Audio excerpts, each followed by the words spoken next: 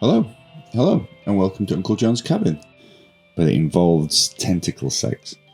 Baldur's Gate 3. I just don't have the words. If I was to say it was everything I ever wanted in a video game, that would not be enough. It's everything times 100. I could talk forever about this game, and I have to my work colleagues. I've talked in length about so many different aspects to this game. The story, the love of the art of Dungeons and Dragons, like the craft they've put into this. Come on.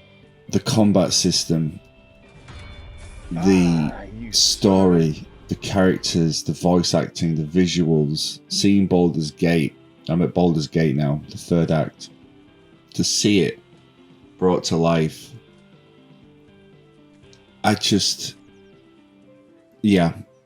have to make a separate video about it, because today I want to talk about one very special aspect about this game, something that I've never ever experienced in a game before, and that's the multiple choice story you can have and the decisions you make and how it affects the game, and how for the first time ever I've actually felt emotions in the game. And I don't mean like joy or disappointment or excitement. I mean regret, guilt, empathy. I've become so engrossed in my own personal story because of all the choices. You can take the story in many different directions. But I guess the one thing we did know is that everybody that played it had a different story. And that's the thing I think that the most important ones. People started talking about it, they all realized my adventure is different than your adventure, which is as it should be, right? And I started off playing it, whatever, let's see what this game's all about. You know, I rescued Shadowheart at the beginning, because I thought, well, I don't want to leave somebody in a jail cell. But then, as I got into the game, there was decisions like, should I rescue a goblin or allow it to be killed? Goblins are generally evil, so what I'm doing is a questionable act, but I just felt like I wanted to do it. And this kicked off a chain reaction of more difficult situations I found myself in. And I just found it so fascinating. Like, to deeply start to get engrossed in the story. Like, when I think of Bloodborne, Dark Souls, I cared about the story, but with them games, I was going to complete them numerous times and get all the different endings, so it didn't really feel like a one-off adventure. It just felt like me just going through the game and opening up every aspect to it. Dragon's Dogma, I mean, that storyline was so confusing. To this day, I still don't know exactly what was going on in that game. It was a bit avant-garde, let's say. And Skyrim, I know I rag on Skyrim quite a bit, and it was my favourite game, and why I started this channel, as I've said many, many times, but the story in that is so two-dimensional, and the interaction with the NPCs and the people of the world of Skyrim generally is more amusing due to the really weird AI and the voice acting and some of the weird lines people say. It didn't feel like anything other than a video game. But Baldur's Gate, the alignments in Dungeons and Dragons have always been fascinating to me. Lawful, neutral, chaotic, and then good, neutral, evil, and then all the different variations: lawful good, lawful evil, chaotic good, true neutral, chaotic neutral. I've always found them very interesting aspects to the world of Dungeons and Dragons, and they are completely role-playing systems. And I found that as I was playing Baldur's Gate 3, I was starting to be chaotic neutral. I used to always be chaotic good, like the Robin Hood character. But I started to play more chaotic neutral, and this is something I've not really done before. And I started to make quite selfish, self-serving decisions. Even double-crossing and lying to people. Which normally in a video game, I'd be like, well, this is fun, let's just... But there was one circumstance at the, I think it's the Last Light In, with Jaheira, where I did something really, really nasty. And I was just thinking, oh, it kind of feels fun to be the bad guy. But when I realised exactly who she was, not just, again, a character for Baldur's Gate 3, but a character from the original Baldur's Gate 1 and 2. When I realised it was her, I felt like I cheated on an old friend. I mean, this is somebody who I took through the first 2 Baldur's Gate games. And spoiler alert. Alright, spoiler alert. But when Minsk comes into play, and he's reunited with Jaheira, I actually felt a true sense of guilt for what I'd done at the Last Light In. And I was playing chaotic neutral, and I was making some bad decisions, because, I'll be honest with you, it was quite fun.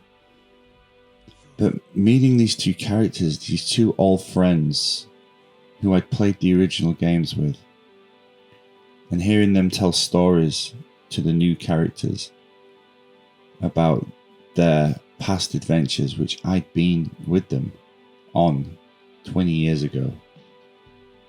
I really felt bad for what I'd done. I really cared.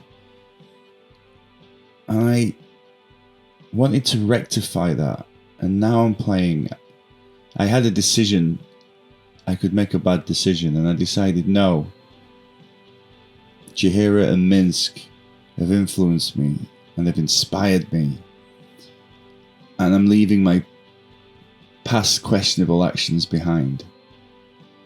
Fascinating how a game can do that.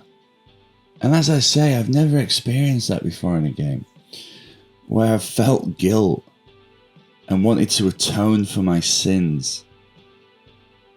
The story, oh my god, we're not even done yet, and I've had such a wonderful time. And when I said in one of my first videos, when I was excited about this, about the deviancy, oh boy, I was not quite prepared for exactly what you can do in this game. I've made videos. One of them got struck 18 plus, and I think it's been deliberately repressed because no one's seen it. But it involves tentacle sex. And wow, I'll never forget that moment. I mean, this is a game that respects the IP, has fantastic battle system. Very similar to Jagged Alliance with swords, but even further. And a wonderful story. Like, there was one of my favourite videos I've ever made. It was from Scratch the dog. And the weight of the decisions I'd made and the way I'd been playing it were laying heavy on my heart one gaming session. It was late at night. It was like 2 o'clock in the morning. And I'd done some questionable things. And I was feeling bad. And I'd also had some very difficult fights. And I was introduced to the main antagonists of this game. And I thought to myself, wow, I've really got my work cut out for me. I had a lot going through my head. And Scratch brought me a healing potion. And he just said, I don't know what this is, maybe you can tell me.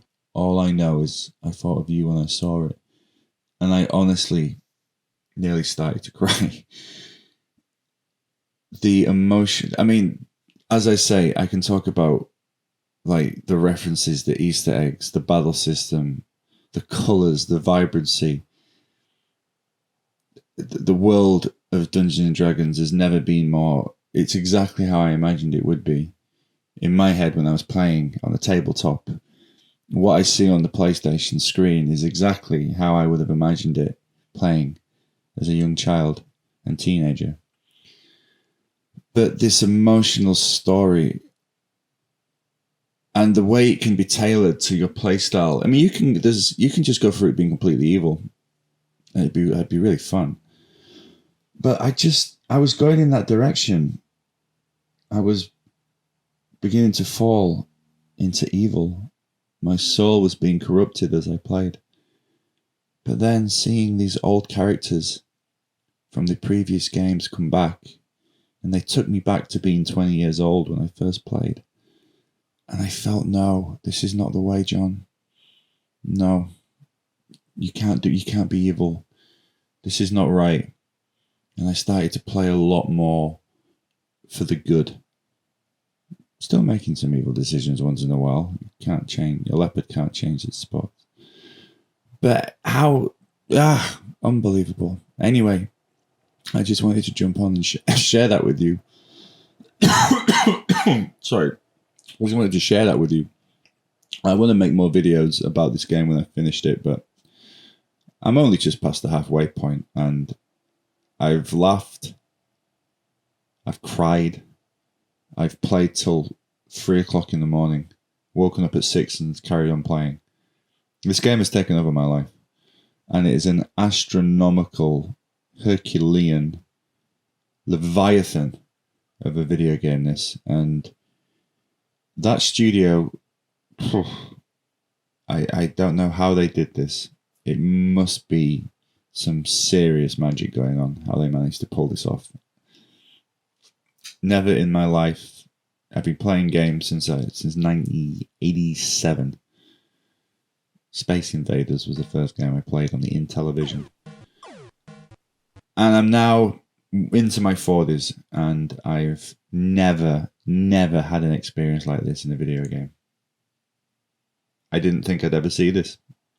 I thought Final Fantasy VII was the height, but this has set a new record. And the only sad thing is, once it's over, will we ever see anything like this again? I don't know, but maybe I'm thinking too far ahead of myself.